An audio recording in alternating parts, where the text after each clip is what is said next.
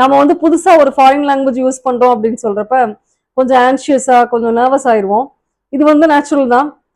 நம்மளுக்கு ஸ்கூல்ஸ்லாம் என்ன சொல்லி கொடுத்துருப்பாங்க அப்படின்னு சொன்னா இந்த வேர்டுக்கு இந்த வேர்டு தான் யூஸ் பண்ணணும், இதை வச்சு தான் ரீப்ளேஸ் பண்ணணும், தமிழ் வேர்ட்ஸ் யூஸ் பண்ணக்கூடாது அப்படின்னு சொல்லி கொடுத்துருப்பாங்க. பட் ஐ ஃபீல் இன்ஃபார்மல் கான்வர்சேஷன்ஸ்ல, ஃபார் எக்ஸாம்பிள் ஒரு ஒர்க்கிங் பிளேஸ்ல பக்கத்து வீட்டுக்காரங்க கிட்ட ஃப்ரெண்ட்ஸ் கிட்ட பேசுறப்ப நம்ம வந்து அப்படியே எக்ஸாக்டா நம்ம இங்கிலீஷ்ல டிரான்ஸ்லேட் பண்ணி சொல்லணும் அப்படின்ற அவசியம் கிடையாது. ஃபார் எக்ஸாம்பிள் நம்ம சப்பாத்தி, சாம்பார், சட்னி, மாவடு, அப்பளம், இந்த மாதிரி ஐட்டம்ஸ் எல்லாம் வந்து நம்ம இந்த மாதிரி அப்படியே சொன்னாதான் நல்லா இருக்கும், லோக்கல் லாங்குவேஜ்ல சொன்னாதான் நல்லா இருக்கும். அதனால இன்ஃபார்மல் கான்வர்சேஷன்ஸ்ல நம்ம வந்து இந்த மாதிரி ரொம்ப சிம்பிளான டேர்ம்ஸை நம்ம டிரான்ஸ்லேட் பண்ணா நல்லா இருக்காது, அதனுடைய அழகு குறைஞ்சிரும் அப்படின்ற மாதிரி வேர்ட்ஸை வந்து நம்ம தமிழ்லயோ இல்ல மதர் டங்லயோ சொல்லிக்கலாம்.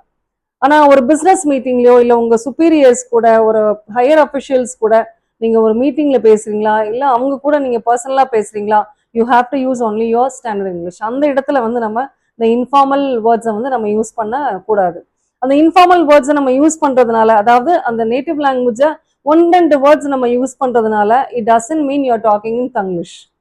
அது நீங்க வந்து இங்கிலீஷையும் தமிழையும் மிக்ஸ் பண்ணி பேசுறீங்க, இது தங்கிலீஷ் அப்படின்னு அர்த்தம் கிடையாது. ஒன் ஆர் டூ வேர்ட்ஸ் நீங்க வந்து கூட இது பேசினாதான், இப்படி பேசினாதான் கரெக்டா இருக்கும், நல்லா இருக்கும், இன்ட்ரெஸ்டிங்கா இருக்கும் அப்படின்னு தோணுச்சுன்னா you can definitely use your local language for those particular terms.